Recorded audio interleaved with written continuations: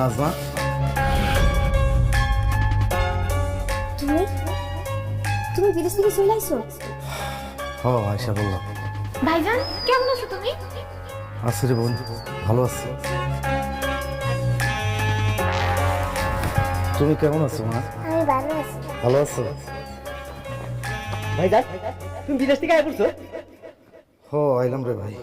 তুমি দেশে আসবে আমার আগে জানাইবে না? আমার আগে জানাইলে আমি একটা গাড়ি নিয়ে এয়ারপোর্টে চলে যেতাম, তোমার রিসিভ করতাম। কিছুই জানালে না, হুট করে বাড়ি এসে বললা। এইটা কি ঠিক করলা? কও। আমি তো ভাই নিজেও জানতাম না এভাবে যে হুট করে আমি বাড়িতে চলে আসবো। তো করে কেমনে জানাম? তোমার কথা শুনে কেমন জানি লাগতেছে আমার। সত্যি করে কও তো, তোমার কোনো সমস্যা হয়েছে? সমস্যা হয়েছে বিদায় তো হুট করে বিদেশ থেকে বাড়িতে চলে এলাম। ভাইজান কি সমস্যা হয়েছে? আর কয় মাসের ছুটি নিয়ে তুমি দেশে আইছো? ছুটিতে আসি নাই, একেবারে চলে আসতে। ভাইজান তুমি একবারে চলে আইছো মানে? তুমি না কিছুদিন আগে আমারে ফোন দিয়া কইলা তুমি ছুটিতে আইবা? বোন রে, আমার তো সেরকম ইচ্ছা ছিল, কিন্তু কিছুদিন যাবত আমার শরীরটা ভালো যাইতেছে না। আমি খুবই অসুস্থ হয়ে পড়ছি। আমি কোনো কাম কাজ করতে পারতাম না। আমার মালিক পক্ষ বুঝা গেছিল যে বিদেশ বাড়িতে আমার দিয়ে কোনো কাম কাজ হবে না। এই কারণে মালিক পক্ষ আমার টিকিট কেটে একেবারে দেশে পাঠিয়ে দিছে। তোমার বড় কোনো অসুখ হয় নাই তো? কিসের বড় ধরনের অসুখ হবো না? ওরা তো দেখা মনে কাছে কোনো রোগই হয় নাই। আসল কথা হইলো ভাই ভাবিদের ছাড়া থাকতে পারতেছে না, এজন্য বউর জন্য পাগল হইয়া দেশে চলে আসছে। একদম উল্টাপাল্টা কথা কইলো তানিয়া। আমার জামাই কি নতুন বিদেশ গেছে যে বউ ছাড়া থাকতে পারবো না? সব সময় তুমি কথা বাইরে কথা কও। এত রাগ করতেছেন কেন আপনি? হ্যাঁ, আমার বউ ছোট মানুষ, মুখ ফুসকায় না একটা কথা বাইরে গেছে, এর জন্য কি রাগ করা লাগবো? ভাইজান একবারে চলে আইছো, সমস্যা নাই। একবারে যেহেতু চলে আইছো, তুমি নিশ্চয়ই অনেক টাকা পয়সা সাথে করে নিয়ে এসো, তাই না? না রে ভাই, একটা টাকাও আমি বিদেশ থেকে আনতে পারিনি। কইলাম না তোরে, আমি কদিন ধরে অসুস্থ, ঠিক মতো কাম কাজ করতে পারিনি। টাকা আনবো কোত্থেকে? হাই হাই, কোনো টাকা পয়সা আনতে পারেন নাই? তার মানে শুধু হাত আর পা নিয়ে দেশে নাচতে নাচতে চলে আসছেন? তুমি ঠিকই করছো, আমি শুধু হাত আর পা নিয়ে বিদেশ থেকে চলে আসছি। ভাইজান তুমি সুস্থভাবে দেশে আসছো, আমাদের কাছে আসছো, তাতেই আমরা খুশি। বাইসা থাকলে টাকা পয়সা অনেক ইনকাম করতে পারবা। দেশে তো কাজ কামের অভাব নাই, দেশে কাজ কাম করবা। ওই দেশে সে কি কাজ করবো? হ্যাঁ, দেশের মধ্যে কোনো কাম কাজ আছে? তাছাড়া সে সারা জীবন বিদেশে ছিল, সে কি দেশে এসে এখন এই খেত খামারের কাম করতে পারবো? আমি নিজেও বেকার, কোনো কাম কাজ করি না, টাকা পয়সা ইনকাম নাই। এখন এতগুলা মানুষের সংসার কিভাবে চলবে? সংসার দেখো। তুমি যে একবারে বিদেশ থেকে চলে আসলা, এই যে আমাকে বোনটার বিয়ে হয় নাই, তার বিয়ে দিবা কি?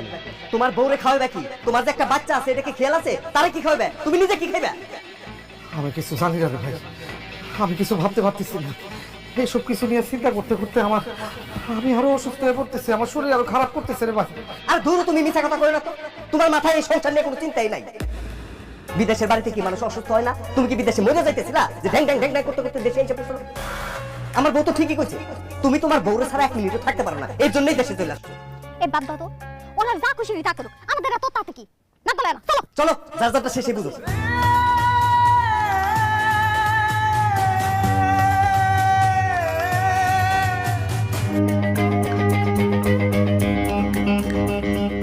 সিদ্ধান্ত নেওয়ার কিছু সময় হয়ে গেছে। আরে কি সিদ্ধান্ত নেওয়ার সময়? আরে তোমার ভাই তো বিদেশ থেকে একবারে দেশে চলে আসছে, সে তো বিদেশ যাবো না। দুই ভাই আর এক লগে থাকার দরকার নেই, সংসার আলাদা করে রাখলো, তোমার দুই ভাই আলাদা আছে। এটা তুমি কি কও? ভাই এতদিন আমার হাতে টাকা পাঠাইছে, আমার অ্যাকাউন্টে টাকা পাঠাইছে, সেই টাকা দুই হাত দিয়ে আমি খরচ করছি, তোমার যা লাগছে দিছি, সংসারের খরচ চালাইছি। তো এখন এতদিন পরে ভাই বিদেশ থেকে আসার সাথে সাথে যদি সংসারটা আলাদা করি, সে কি মনে করবো? সে যা খুশি তা মনে করো, তোমার যেটা বলছে তুমি সেটা করো। সংসার আলাদা করে ফেলো, নইলে কিন্তু তুমি নিজেই বিপদে পড়বা। কি খবর? কি বিপদে পড়বো? তোমার ভাই তো বিদেশ থেকে একবারে দেশে চলে আসছে, এখন তো তার কোনো ইনকাম নাই, এখন তার এই খরচ চালাইবো কি? তোমারই তো চালান লাগবে। তারপর শুনো রে, বিদেশ থেকে আসার সময় এক গাদা রোগ ব্যায়াম নিয়ে এসে, এখন এসে ডক্টর, চিকিৎসা খরচ, এইসবের টাকা পয়সা কার দিতে হবে? তোমারই তো দেওয়া লাগবে। তারপর এসে বউ আছে, বাচ্চা আছে, এই সংসারের সব খরচ সব তো তোমারই দেওয়া লাগবে। তুমি কেন আমার জামাই হয়ে আরেকজনের সংসার খরচ চালাইতে দেবা? কি কও? ভাইও তো এতদিন আমার সংসার চালাইছে, আমাকে খাওয়াইছে। আমরা খাইছি আমরা খাইছি আলাদা, আমরা খাইছি দেখে কেমন টাকা খাওয়াই তুমি। শোনো, সংসার আলাদা করো, তাহলে কিন্তু আমি তোমার সংসার করবো, কথাটা মনে রাখো। তুমি ঠিকই কইছো, আমি কেন তার সংসার চালাবো? সে বড় ভাই হিসেবে ছোট ভাইয়ের প্রতি দায়িত্ব পালন করছে, সে আমাকেও খাওয়াইছে, কিন্তু আমি কি এখন তারে খাওয়াইতে যাবো নাকি? আমি সংসার আলাদা করার ব্যবস্থা করতেছি।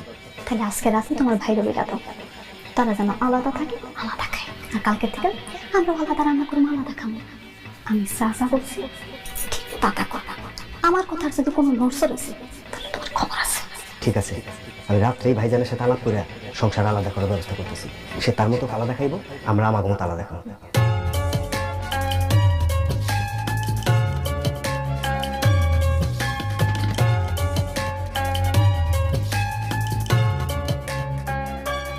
কি রে মিজান, তুই একলা একলা খাইতে বয়ে গেলি কেন? আমি তো আরো ভাবলাম এতদিন পরে বিদেশ থেকে বাড়িতে আসছি, দুই ভাই এক লগে খাবো। তুই খাইতে বয়ে গেলি, আমার ডাকলি না কেন? আজকে বাড়িতে শুধু রান্না বান্না আমাকে দুইজনের হয়েছে, সেজন্য আমরা দুইজনে খেতে বসছি। আপনাদের এটা কি, কারণ আপনাদের জন্য কোনো রান্না বান্না হয় না। এটা তুমি কি কইতেছো তানিয়া? ঘরের মধ্যে মানুষ হলো 5-6 জন, তুমি দুইজনের জন্য রান্না করছো কেন? তুমি কি বোবা হয়ে গেছো? কথা বলতেছো না কেন? তোমার ভাইরা বুঝায় বলো। আচ্ছা ভাইজান, আপনি 20-25 বছর বিদেশ করে আইলেন, আপনার মাথায় কি আক্কেল বুদ্ধি কিচ্ছু নাই? 5-6 জন মানুষ আমরা সংসারে, দুইজনের জন্য রান্না হয়েছে, আপনি বুঝেন না কিছুর জন্য হয়েছে? এখন থেকে আমরা দুইজন আলাদা খান, আলাদা সংসার করুন, এর জন্য আমাকে দুইজনের জন্য রান্না হয়েছে। এখন বুঝছেন? তুই কি সংসারটা আলাদা করে দিতে চাস? হ্যাঁ, আলাদা করতে চাই। মানুষের সারা জীবন এক লগে সংসার করে নাকি? আপনি এতদিন বিদেশের বাড়িতে ছিলেন, ইচ্ছা থাকা সত্ত্বেও সংসারটা আলাদা করতে পারেনি। এখন যেহেতু আপনি বিদেশ থেকে চলে এসেছেন, তাহলে আপনার বউ পোলাপান নিয়ে আপনি আলাদা সংসার করেন, আমার মতো আমার বউটারে নিয়ে সংসারটা করতে দেন। মিজান, তোমার ভাই বিপদে পড়া একেবারে দেশে চলে আসছে। তুমি তো সবই জানো। মানুষটা অসুস্থ, শরীর খারাপ, তারপর বিদেশ থেকে আসার সময় এক পয়সাও আনতে পারে না। আর এই মুহূর্তে যদি তুমি এই সংসারটা আলাদা করে দাও, তাহলে আমরা কই যাবো? আমরা কি খাবো? তোমার এই ছোট মাইয়াটা, আমার এই ছোট মেয়েটা আমি কি খাবো? আপনি কি খেবেন? আপনার জামাই কি খেবে? আপনার বাচ্চা কি খেবে? এই চিন্তা কি আমার জামাই করবো? এই চিন্তা তো করবো আপনার জামাই। আমার সাফ সাফ কথা, আমরা আলাদা রান্না, আলাদা খাবো, আলাদা সংসার করবো। আপনার আমাদের বিরক্ত করে না, এখান থেকে যান। তানিয়া, তুমি যেহেতু সংসারটা আলাদা করে দিতে চাইতেছো, সমস্যা নাই, আলাদা করে দিও। তবে বোন, তোমার কাছে আমি কয়েকটা দিন সময় চাইতেছি।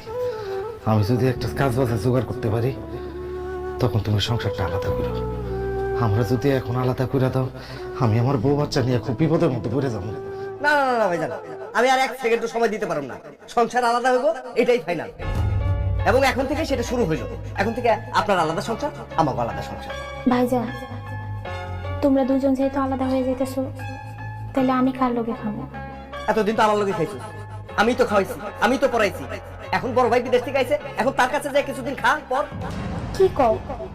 বড় ভাইজানের যে অবস্থা, ভাইজান তো নিজেই খাইতে পারবো না, আমারে কি খাওয়াইবো? এত কিছু তো আমরা জানি না। এখন এখান থেকে যান। তোরা যেভাবে তাকে আসোস, আমি তো খালি তো নজর লাগাবি, পরে তোমাকে পেট খারাপ হইব। কথা ঠিক কইছো তুমি। না, আমরা তোমাকে খাওয়ানো নজর দিয়ে তোমাকে পেট খারাপ করবো না, আমরা চলে যেতেছি। তুই যেহেতু আলাদা হয়ে যেতে চাস, আলাদা খাইতে চাস, কোনো সমস্যা নাই, তুই আলাদা খা। তবে তুই আমার আদরের ছোট ভাই, তোর কাছ থেকে এটা আমি আশা করি নাই। তোর জন্য আমি যা যা করছি সবকিছু তুই ভুলে গেলি। খুব কষ্ট পেলাম রে ভাই, খুব কষ্ট পেলাম।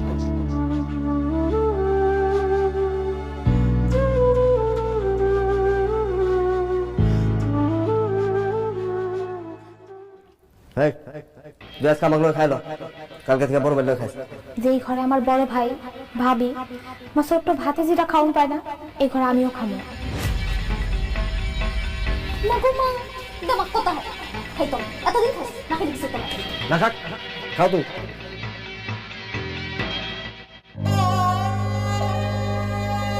মায়াটা আমার খাইতে না পাইয়া ক্ষুধার জলে কাঁপতে কাঁপতে ঘুমাইয়া গেছে।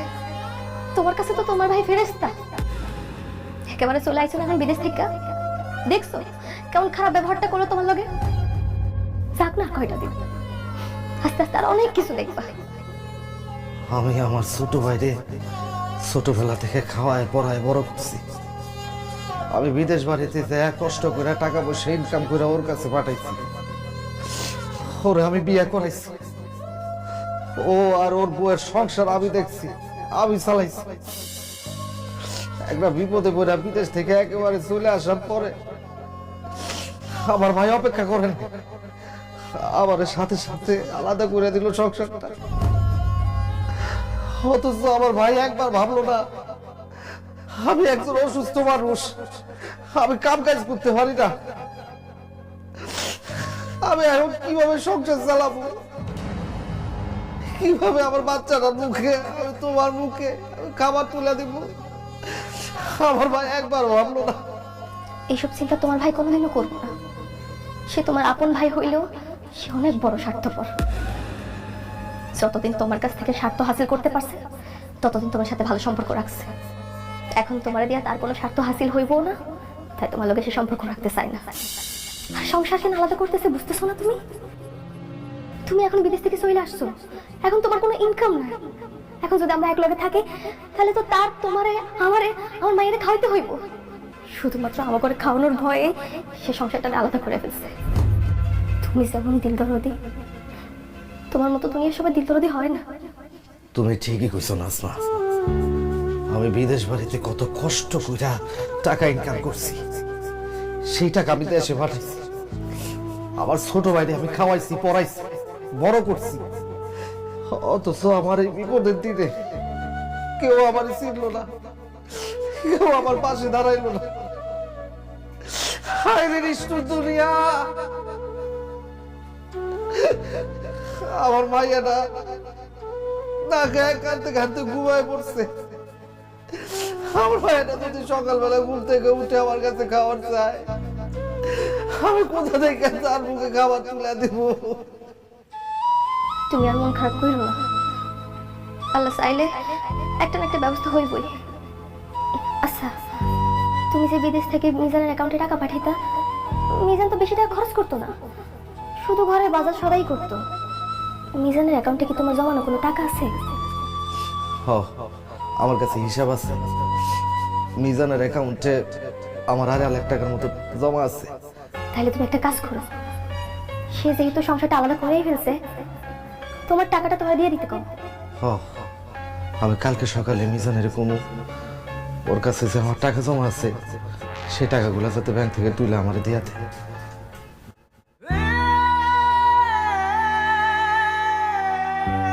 ভাইজান, ছোট ভাই আর ভাবিরে কত কইরা কইলাম তোমাকে লেগে তোকে ভাত তরকারি দিতে, দিল না। সারা বাড়ি খুঁজে কোনো খাউন পাই নাই, এই কয়টা মুড়ি পাইছি। তুমি তো কত দূর থেকে আইছো, হ্যালো। আমি জানি তোমার খিদে লাগছে, সেটা মুড়ি খায়ালো তুমি, তাহলে কিছুটা হলে তো খিদাটা কমবো।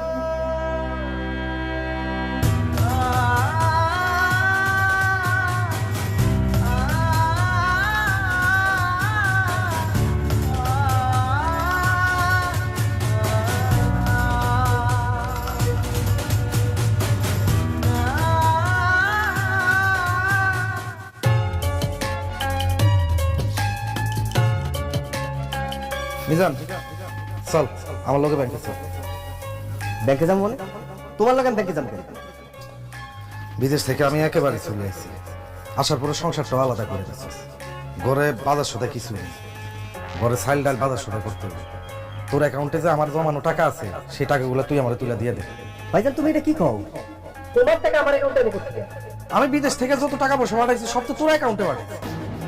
আমার জানা মতে এখনো পর্যন্ত তোর অ্যাকাউন্টে আমার 2 থেকে 2.5 লাখ টাকা জমা আছে, তো সেই টাকাগুলো আমার তুলে দিয়ে দে। ভাইজান তোমার বয়স কি ঘুমে হয়েছে না?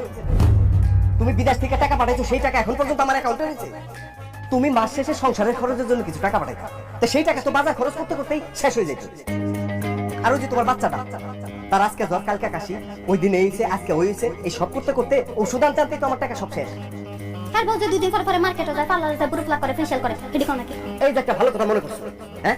তুমি থাকো বিদেশে আর তোমার বউ দেশের মধ্যে এমন ভাবে চলাফেরা করে, এমন একটা ভাব দেখায় মনে হয়েছে সে রাজা বাদশার বউ। সে 2 দিন পর পর মার্কেটে যাইতো, শপিং করতে যাইতো, শাড়ি কিনে গয়না কিনে পার্লারে যায়, সেই টাকা পাইতো কই? এই টাকা তুমি যে আমার বিদেশ থেকে পাঠাইতে, তার বেশিরভাগই তো তোমার বউরে দিতেইছ আমার। খবরদার মিথ্যা কথা কইবা না মিজান। আমি 2 দিন পর মার্কেটে যাই মানে? তুমি আজ পর্যন্ত কইতে পারবা আমার একটা শাড়ি কেনার লাগে, একটা 3 পিস কেনার লাগে একটা টাকা দিছো? তেল সাবান পাউডার কিছু তুমি আমার আজ পর্যন্ত কিনে দাও নাই। তোমার কাছে আমি টাকা চাইলেই তুমি কইতা সব টাকা নাকি বাজারেই শেষ হয়ে যাইতো। এখন কেন তুমি আমার জামাইয়ের কাছে আমার নামে মিথ্যা কথা কইতেছো? মা গো মা, এই মহিলা যে কত বড় মিথ্যাবাদী! দেখছো দেখছো দেখছো, আমরা যে পার্লারে যাইতো, 2 দিন পরে এমবি বটেন মোবাইলে একবার কেগো লাগি মুতে ভিডিও কলে কথা কইতে, এসব টাকা কই থেকে নিতেন? আমার জামাই থেকে তো নিতেন, আমার সবই সামনে থেকে তো নিতেন। আমার জামাইয়ের অ্যাকাউন্টে আপনি টাকা পাঠাইছেন, সেই অ্যাকাউন্টে কিছু টাকা থাকতো। আপনার বউ এই সব টাকা জলের মতো খরচ করছে। আর আমার জামাই তো মাঝে মধ্যে বাজারে নিজে পকেটে। তোমার জামাই টাকা দিয়ে বাজার করতো, আর তোমার জামাই তো কোনো কাজ কামই করে না, সে টাকা পাবে কই? শুনেন ভাবি, আমরা কিন্তু আপনাকে মতো না। আমার শ্বশুর টাকাওয়ালা, সে মাঝে মাঝে আমার টাকা পাঠায়, সেই টাকা দিয়ে আমি বাজার খরচ চালাইছি সংসারে। যাই হোক, এই সমস্ত কথা কয়ে আর লাভ নাই। ভাইজান, আমি তোমার সাপ সাপ করে দিতেছি, তোমার কোনো টাকা আমার অ্যাকাউন্টে নাই। এই ব্যাপারে তুমি আর আমার সাথে কোনো কথা বলো না। ভাইরে, তোর কাছে আমি যতবারে টাকা পাঠাইছি সব সময় আমি হিসাব করে রাখছি। তোর কাছে আমার 2.5 লাখ টাকার মতো আছে। তুই যেহেতু কইতাছস যে টাকা পয়সা অনেক খরচপাতি হয়ে গেছে, 2.5 লাখ টাকা না হোক, তোর কাছে অন্তত আমার 2 লাখ টাকা হইলেও জমা আছে। ভাইরে, আমি খুব বিপদের মধ্যে আছি, তুই আমারে সেই টাকাটা আমারে তুইলা দে ভাই। আমার খুব উপকার হইব ভাই, খুব উপকার হইব। আরে বাবা রে, 2 লাখ টাকা থাকলে কি আমি 2 লাখ টাকা আপনার খাই বলাইতাম? এই মিজান ওরকম লোক না। আর আমি কি আপনার কইছি যে আমার অ্যাকাউন্টে টাকা পাঠান? আমার অ্যাকাউন্টে টাকা পাঠাইছে, সব টাকা আপনার জন্য খরচ করছি, এখন আমার চোর বানায় ফেলাইতেছেন। বুঝো না, বিদেশ থেকে তো একবার আইসা পড়ছে, দেশে তো কোনো কাম কাজ নাই, এজন্য তোমার কাছে আসছি কিছু টাকা পয়সা ধান্দা। একদম মুখ সামলে কথা বলবি তুই। আমার জামাই ধান্দাবাজ না, ধান্দাবাজ হলো তোর জামাই, একটা বেঈমান প্রতারক। করো তোমার সংসারের লিখে আরো করো, দেখছো কি কয়? হ্যাঁ, তুমি বিলে বেঈমান, তুমি বিলে প্রতারক, তুমি বিলে আমার টাকা পয়সা মেরা খাইছো। তোমার ভাই সারা জীবন বিদেশ থাইকা টাকা পাঠাইছে, তুমি সেই টাকা পয়সা দেখা শুনে কত সুন্দরভাবে সংসারটা চালাইছো, দেখে রাখছো। আর এখন কি কয়? তোমার এত বড় অপমান দিতে পারলো? করো আরে করো না। আল্লাহ রে আল্লাহ, সারা জীবন ভাই ভাবির জন্য করে এখন আমি তোরের ভাগিদার হইলাম। আমি নাকি এখন বাটপার, আমি নাকি প্রতারক। শুনেন ভাবি, আমি যদি বাটপার হইতাম, আমি যদি ধান্দাবাজ হইতাম, তাহলে এই বাড়ির মধ্যে দুইজনের একজনও থাকতে পারতেন না, 1 মিনিটও না। ভাইজান, আমি তোমার সাপ সাপ কই দিতেছি, তোমার কোনো টাকা আমার অ্যাকাউন্টে নাই। এই নিয়ে তুমি আর একটা কথা কইবে না, যদি কও তাহলে কিন্তু খুব খারাপ হয়ে যাবে। সকাল সকাল আইছে আজারের সাথে কথা কইবার জন্য, খালি বড় ভাই দেখে আজকে কিছু কইলাম না, নাইলে পরে এর একটা বিহিত আমি করে থাকতাম। আরো কোনো ভাইরে বিশ্বাস, আরো পাঠাও ভাইয়ের অ্যাকাউন্টে টাকা।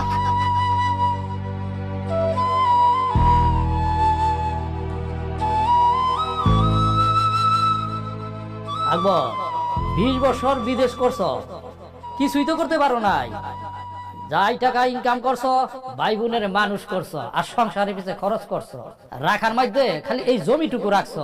আর বিদেশ থেকে আইতে নাইতে এই জমিটা বিক্রি করবা কেন? চাচা, এত বছর বিদেশ উঠছি, মরুভূমিতে কাজ করতাম। দিন রাত 24 ঘন্টা মরুভূমির মধ্যে কাজ করতে করতে শরীরে রোগালে বাধায় ফেলছি। তাই কোনো কাজ করতে পারতাম না, শরীরে শান্তি দিত না। মালিক পক্ষে বুঝতে পারা আমার আর রাখলো না, দেশে পাঠাই দিল। দেশে আসছি একেবারে খালি হাতে। দেশে আসার পরে ছোট বড় পরিবারটারে আলাদা করে দিল। হাতে কোনো টাকা পয়সা নেই, কোনো ইনকাম নাই। এখন বউ বাচ্চা লয়ে যে আমি কই যাবো, কেমনে যে আমি সংসার চালাবো, আমার মাথায় ধরতেছে না। তাই ভাবছি জমিটা বিক্রি করার পরে যে টাকা পয়সা পাবো, সেই টাকা দিয়া বাজারে একটা মুদি দোকান দিব। আহারে আকবর, প্রবাসীগর শেষ পরিণতি এইরকমই হয়। যাই হোক, তোমার যেহেতু টাকার দরকার, এই জমিটা আমি রাখবো। তুমি এক কাজ করো, আগামীকাল জমির কাগজপাতি লইয়া ওই সাব রেজিস্ট্রি অফিসে আইসো। আমি তোমার জমিটা দলিল কইরা তোমার সব টাকা বুঝাই দিব। কি ব্যাপার আপনার কাকা? জমির পাশে দাঁড়ায় কি নিয়ে কথাবার্তা বলতেছেন? এই যে তোমার বাইরে এই জমিটা বিক্রি করব, সেইটা নিয়ে কথাবার্তা কইতেছিলাম। কি উল্টা পাল্টা কথা বলেন আপনি? কার জমি কেন বিক্রি করবো? কেন আকবরের জমি আমার কাছে বিক্রি করব? যেটা জানেন না কাকা, সেটা নিয়ে কোনো কথা কইবেন না। এই জমি আমার ভাইয়ের, নাই জমি আমার। এটা তুই কি করছিস নিজে? এই জমি তোর মানে? আপনি কি ভুলে গেছেন 3 বছর আগে মতিন কাকার কাছ থেকে নগদ 3 লাখ টাকা দিয়ে জমি আমি কিনছি। মতিন কাকার কাছ থেকে এই জমিটা কিনছিস ঠিক আছে, কিন্তু এই জমি কেনা 3 লাখ টাকা আমি তো বিদেশ থেকে তোরে পাঠাইছি। টাকা আপনি দিয়েছেন মানে? টাকা তো আমি আমার শ্বশুর বাড়ি থেকে আনছি। এই যে দেখেন, এই যে দলিল, দলিলের মধ্যে দেখলেই বুঝতে পারবেন জমি তো আমার নামে।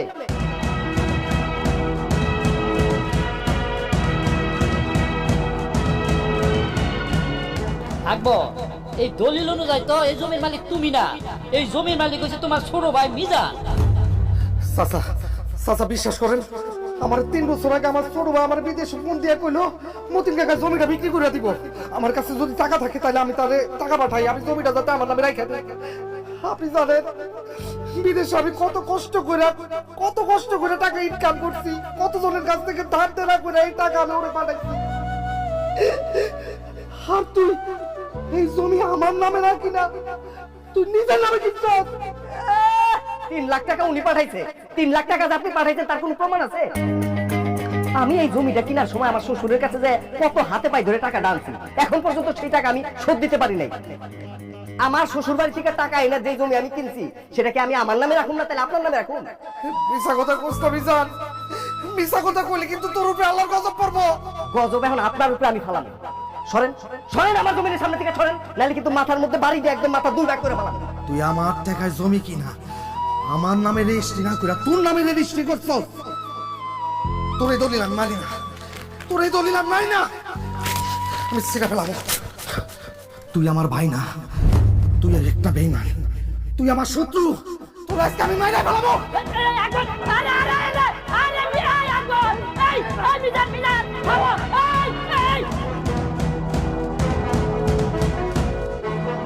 জমির দলিল ছিঁড়ে লাভ নাই, এটা নকল দলিল। আসল দলিল আমার কাছে আছে। আমি খবরদার বলে দিতাছি, এই জমিনের আশেপাশে যদি আমি আর কারো একবারও দেখি তাহলে কিন্তু আমি জানে মাইরে ফেলাম কই দিলাম।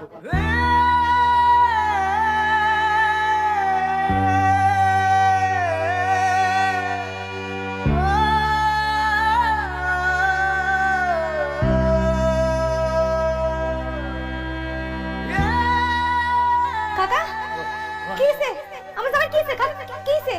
আরে দুয়ে ভাইয়ে মারামারি করছে, আমি না থাকলে তো এক ভাই আর বেরে মাইরেই ফেলাইতো। বৌমা, আকবরের শরীরটা খুব একটা ভালো না, পরে ভালো একটা ডাক্তার দেখাও। যা হওয়ার হইছে, তুই ভাই আর ঝগড়াঝাটি করিস না, বইসা এটার একটা পয়সা লাগো। বৌমা, আমি গেলাম। তোমার না শরীর খারাপ, তুমি কেন মিজানের লাগে মারামারি করতে গেছো? বড় ভাই হইয়া ছোট ভাই লাগে মারামারি করতে তোমার লজ্জা করে না? ও আমার ভাই না, ও একটা বেঈমান। তুমি জানো ও আমার লগে কত বড় বেঈমানি করছে? কি কইতেছো তুমি? মিজান তোমার লাগে আবার কি বেইমানি করছে? 3 বছর আগে মতিন কাকার কাছ থেকে জমি কিনছি, আর ওই জমির টাকা তো বিদেশ থেকে কষ্ট করে আমি ওরে পাঠাইছি। ও জমির রেজিস্ট্রি করছে তার নামে, দলিলে তার নাম। এই জমির মালিক এখন আমি না, এই জমির মালিক হলো এখন নিতাম। আমার টাকা জমি কিনা সেই জমির মালিক হয় আমার ভাই। এসব তুমি কি কথা কইতেছো? ওই জমি কেনার টাকা তুমি কত কষ্ট কইরা বিদেশ থেকে পাঠাইছো, আমি সাক্ষী আছি, আমি জানি সবকিছু। তোমার আপন ভাই হইয়া সে তোমার লগে এত বড় বাটপারি করছে, তোমার কষ্টের টাকায় কেনা জমি সে তার নামে লিখে লইছে।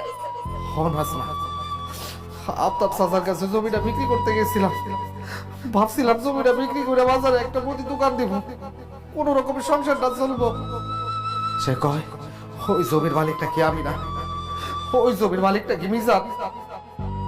ও আমার দলিল দেখাইছে, দলিলের মধ্যে আমার নাম নাই, দলিলের মধ্যে ওর নাম। এটা দেখে আমি আমার মাথা ঠিক রাখতে পারি নাই, ওরে মারতে গেছিলাম, ও আমারে ধাক্কা মাইরা ফেলাই দিছে। আমি যে তার বড় ভাই, আমার প্রতি বিন্দু মাত্র সে সম্মান দেখায় নাই। একটা বাইরের লোকের সামনে আমার গায়ে হাত তুলছে, আমার ইচ্ছা করতেছে আমি মরে যাই, আমার নিজের জান নিজে শেষ করে ফেলাই। তুমি কাইন্দো না, তুমি একদম কাইন্দো না। ও তোমার ভাই না, ও মানুষ না, ও একটা অমানুষ। তুমি কত কষ্ট করে বিদেশ থেকে টাকা পাঠাইছো, আর সেই টাকা সে মাইরা খাইছে। তুমি বাড়িতে আসার লগে লগে সংসারটা সে আলাদা কইরা দিছে। কত শখ কইরা তুমি ওই জমিটা নিছো, আর সে কিনা সেই জমিটা তার নামে লিখে দিছে। আল্লাহর কাছে বিচার দাও, ওর বিচার আল্লাহ করবো। আমার তো সব শেষ হয়ে গেল নাজমা, আমি আমার মায়ের বিশ্বাস করে আমি এখন পথের ফকির হয়ে গেছি নাজমা। ভাই মায়ের এত বড় শত্রু হয় আমি জানতাম না নাজমা। আমি আমার ছোট ভাইরে বিশ্বাস করে আমি শেষ হয়ে গেছি। আমার ছোট ভাই আমার সর্বনাশ করে দিচ্ছে।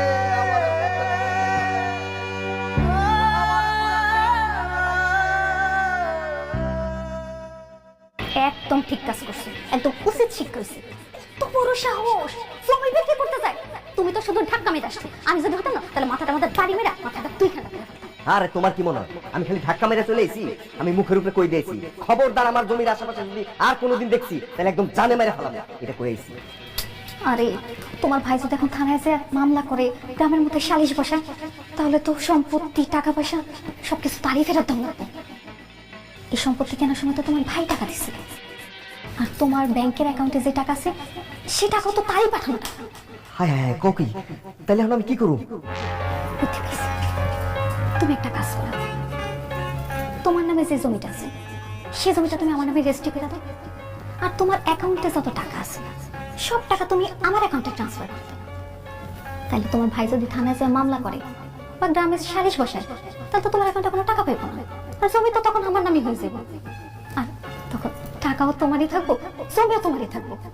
আরে আমি তো তোমারই বউ, আমার নামে থাকা মানে তো তোমার নামে থাকা। ইস রে, আমার বউরা তো বুদ্ধি হলো কবে থেকে? এই বুদ্ধিটা আগে দিবে না? আমি কত রকমের টেনশনের মধ্যে আছি। শোনো, তুমি বুদ্ধিটা কিন্তু ঠিকই দিছো।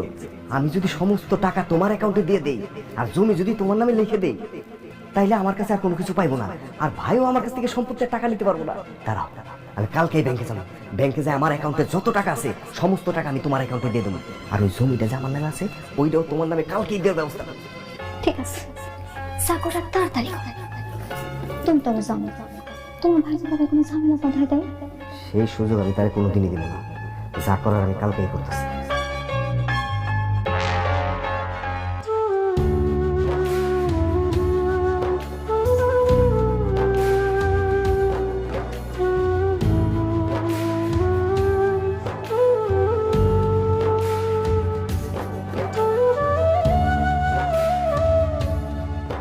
এই নাও, এই টাকাটা রাখো।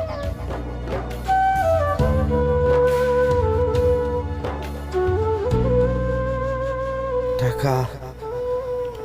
এত টাকা তুমি কই পাইলা?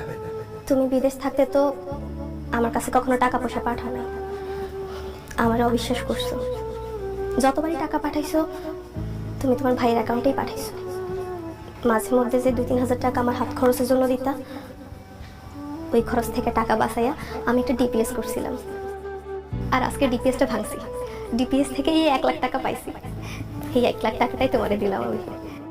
তুমি এই 1 লাখ টাকা দিয়া ছোটখাটো একটা ব্যবসা করার চেষ্টা করো, দেখবা আল্লাহ তোমার ব্যবসার উন্নতি করবে। তোমার চোখে পানি কেন? তুমি কাঁদতেছো কেন? সারা জীবন আমি তোমার অবিশ্বাস করছি। আমার স্ত্রী থাকতে আমি আমার ভাইরে বিশ্বাস করে তার অ্যাকাউন্টে টাকা পাঠাইছি। আমি ভাবছিলাম আমি যদি আমার বউয়ের অ্যাকাউন্টে টাকা পাঠাই তাহলে আমার বউ হয়তো সেই টাকা নিয়ে পালায় যাবে। এই কারণে আমি আমার ছোট ভাইরে বিশ্বাস করে তার অ্যাকাউন্টে টাকা পাঠাই। আমি যারে বিশ্বাস করলাম সে আমার বিশ্বাসের মর্যাদা রাখে না। আমার এতগুলা টাকা সে খায় ফেলাইল। আমার এত কষ্টের টাকা, আমার টাকায় কেনা জমি আমার নামে না কিনা সে তার নামে কিনা ফেলছে। আমারে সংসার থেকেও আলাদা করে দিল। অথচ তারা আমি এত বিশ্বাস করতাম। আমি যারা অবিশ্বাস করে গেছি, আমার স্ত্রী সে আমার বিপদের পাশে এসে দাঁড়াল। আজকে আমি বুঝতে পারলাম স্ত্রী হলো পুরুষের অর্ধাঙ্গিনী, একজন পুরুষের শেষ আশ্রয়স্থল, একজন পুরুষের পরম বন্ধু। আমি আমি তোমার কথা দিতেছি, এই টাকা থেকে আমি আমি একটা টাকাও বাজে খরচা করব না। এই টাকা দিয়ে আমি ছোটখাটো একটা ব্যবসা শুরু করব। ইনশাল্লাহ আমার ব্যবসাটা এই ছোট ব্যবসা থেকে একদিন অনেক বড় ব্যবসা হইব। ফিয়ামানিল্লাহ, আল্লাহ তোমার সদিচ্ছা পূরণ করুক। আর বউ, আমি তোমার অবিশ্বাস করছি, তোমারে আমি কষ্ট দিচ্ছি, তুমি আমার উপর রাগ রাখো না, আমার উপর মনোকষ্ট নিও না। তুমি আমারে মাফ করে দিও বউ। এসব তুমি কি কথা কইতেছো? আমি এসব কিছু মনে রাখি নাই। এসব চিন্তা বাদ দিয়া চলো আমরা নতুন করে আবার শুরু করি। আর শোনো, তোমার ছোট ভাই আমগুলোকে যা যা করছে, আমাকে যা যা ক্ষতি করছে, তার জন্য তুমি মনে কষ্ট রাখো না, তারে তুমি বদদুয়া দিও না। দিন শেষে সে তো তোমারই ছোট ভাই, তার কোনো ক্ষতি হইলে তোমারই তো গায়ে এসে পড়বে। দেখবা সব ঠিক হয়ে যাবে।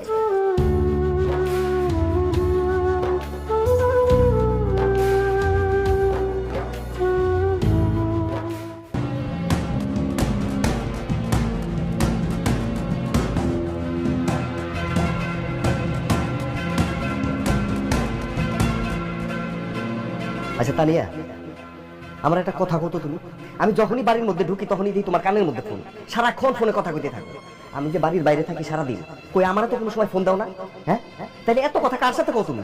আমার কত স্বজন অভাব আছে, আমি তাদেরকে ফোন দিয়ে তাদের সাথে ফোনে কথা বলি। এই যে এইমাত্র আমার খালতো বোনের সাথে ফোনে কথা বলতেছিলাম, ওর নাকি বিয়ে ঠিক হয়েছে, ছেলে অস্ট্রেলিয়া থাকে, বিদেশি। ও আচ্ছা। কিসের আছে? এই তুমি সারাদিন কইছিলা, তুমি তো সারাদিন ফোন করে আমার একবার খবর নিলা না। আরে রাগ করতেছো কেন? আমি তো তোমার কাছেই আছিলাম। আমার কাছে ছিলাম না? তুমি আমার কইছিলে না আমার অ্যাকাউন্টে যত টাকা আছে তোমার অ্যাকাউন্টে দিয়ে দিতে? আমি তো সকালবেলায় ব্যাংকে গেছিলাম, ব্যাংকে যাইয়ে আমার অ্যাকাউন্টে যত টাকা ছিল সব তোমার অ্যাকাউন্টে পাঠিয়ে দিছি। কি কো, মেসেজ আসে নাই? চেক করো। কি কর, আমি তো দেখিয়ে দেই।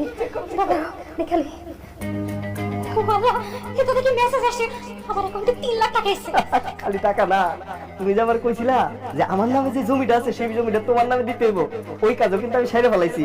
এই যে নাও তোমার জমিনের দলিল। এখন আমার সমস্ত টাকা পয়সা সয় সম্পত্তি যা আছে সব কিন্তু তোমার। তুমি একদম ঠিক কাজ করছো, তোমার উন্নতি আর কেউ ঠেকাতে পারবো না জান। আল্লাহ ভরসা, আল্লাহ ভরসা, সেটাই জানি হয়। দোয়া করো। অবশ্যই হইব। আই লাভ ইউ, আমি তোমার অনেক ভালোবাসি জান। আমি কি তোমার কম ভালোবাসি? হ্যাঁ, আমি যদি তোমার ভালোই না বাসতাম তাহলে আমার সমস্ত টাকা পয়সা সম্পত্তি কি আমি তোমারই দিতাম? আমি কি এত বোকা? কি ব্যাপার তানিয়া, এই না কার লগে কথা কইতেছো? মার লগে কথা কইতেছিলাম, মার পায়ের ব্যথাটা আবার বাড়ছে, এত ডাক্তার দেখাই তাও পাওয়াটা ঠিক হইতেছে না। সন্ধ্যার পর আমি একটু দেখতে যাবো, তুমি আমার লগে যাইবা কিন্তু। ও আমার পায়ের ব্যথা আবার বাড়ছে, তো সন্ধ্যার পরে যাবো কেন? এখন চলো। এখনই যাইতাম, কিন্তু আমার তো ঘরে একটু কাজ আছে, কাজটা সারতে সারতে সন্ধ্যা যাবো, সন্ধ্যার পরেই যাবো না কাজটা সেরে। ঠিক আছে, তাহলে সন্ধ্যার পরে যাবো, তুমি যা করবে তাই হইবে। আরে তোমার মুখটা কি শুকায় গেছে, কোথাও লাগছে না তোমার? চলো ঘরে চলো, খাওয়ান দিব তোমার, চলো চলো।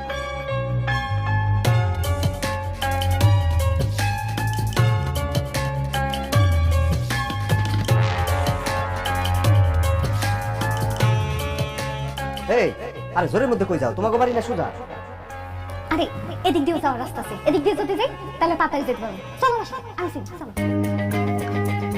আরে কই নিয়ে যাইতেছে? তো গহীন জঙ্গল। আমি চিনি, চলো আমার সাথে। দৌড় চিনি। এই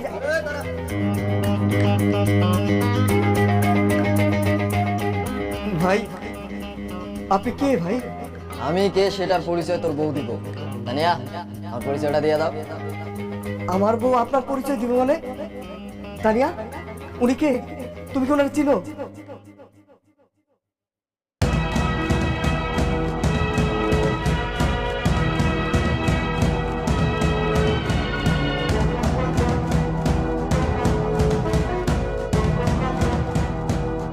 ও আমার প্রেমিক, আমার ভালোবাসার মানুষ।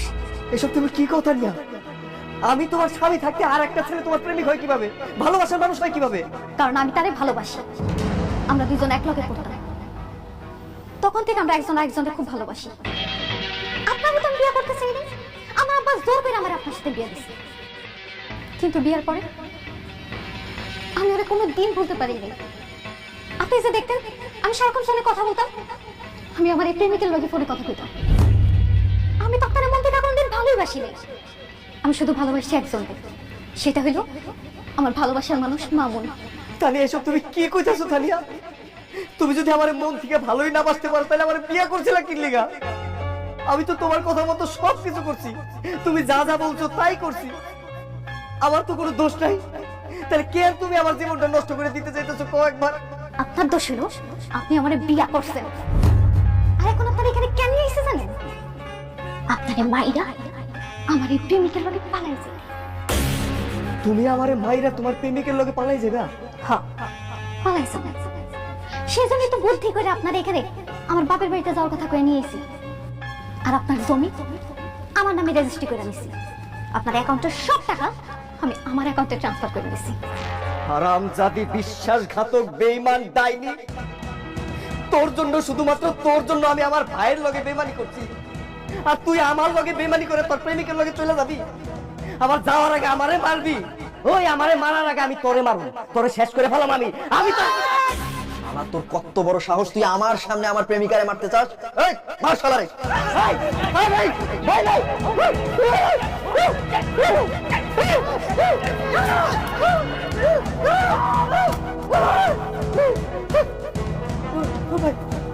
তুমি আমারে বাঁচাও!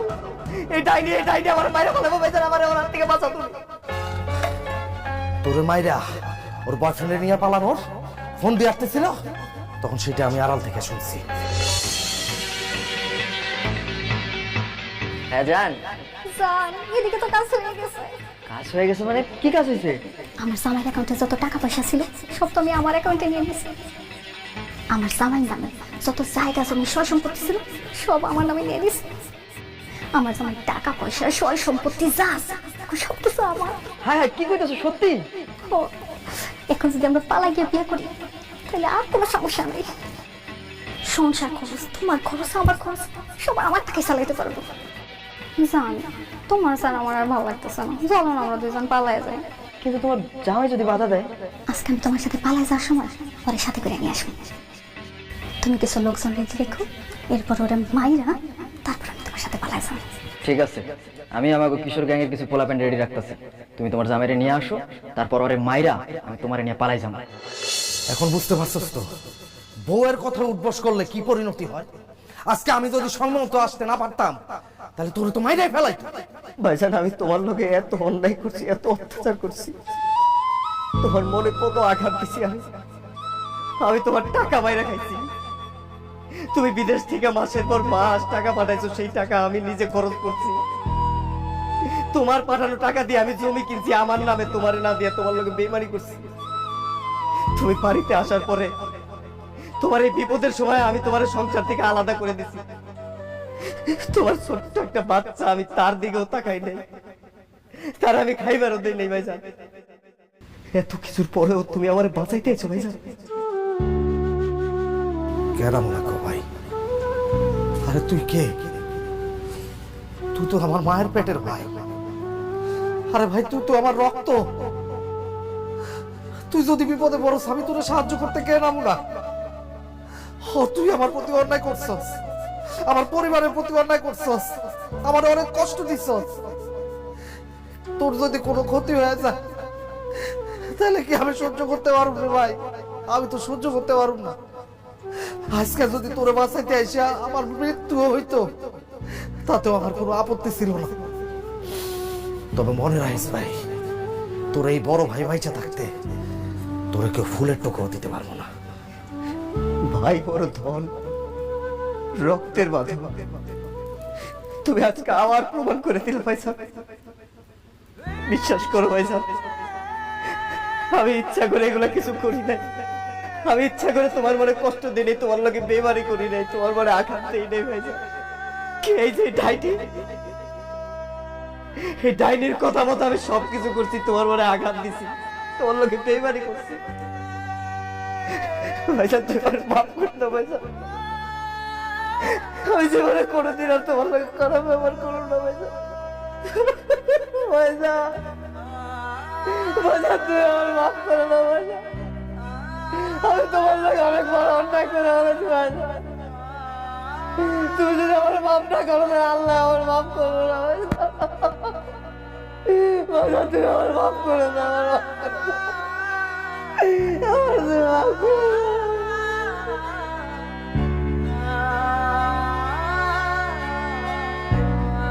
বাইরে তোর স্থান তো আমার পায়ে না, তোর স্থান তো আমার বুকে।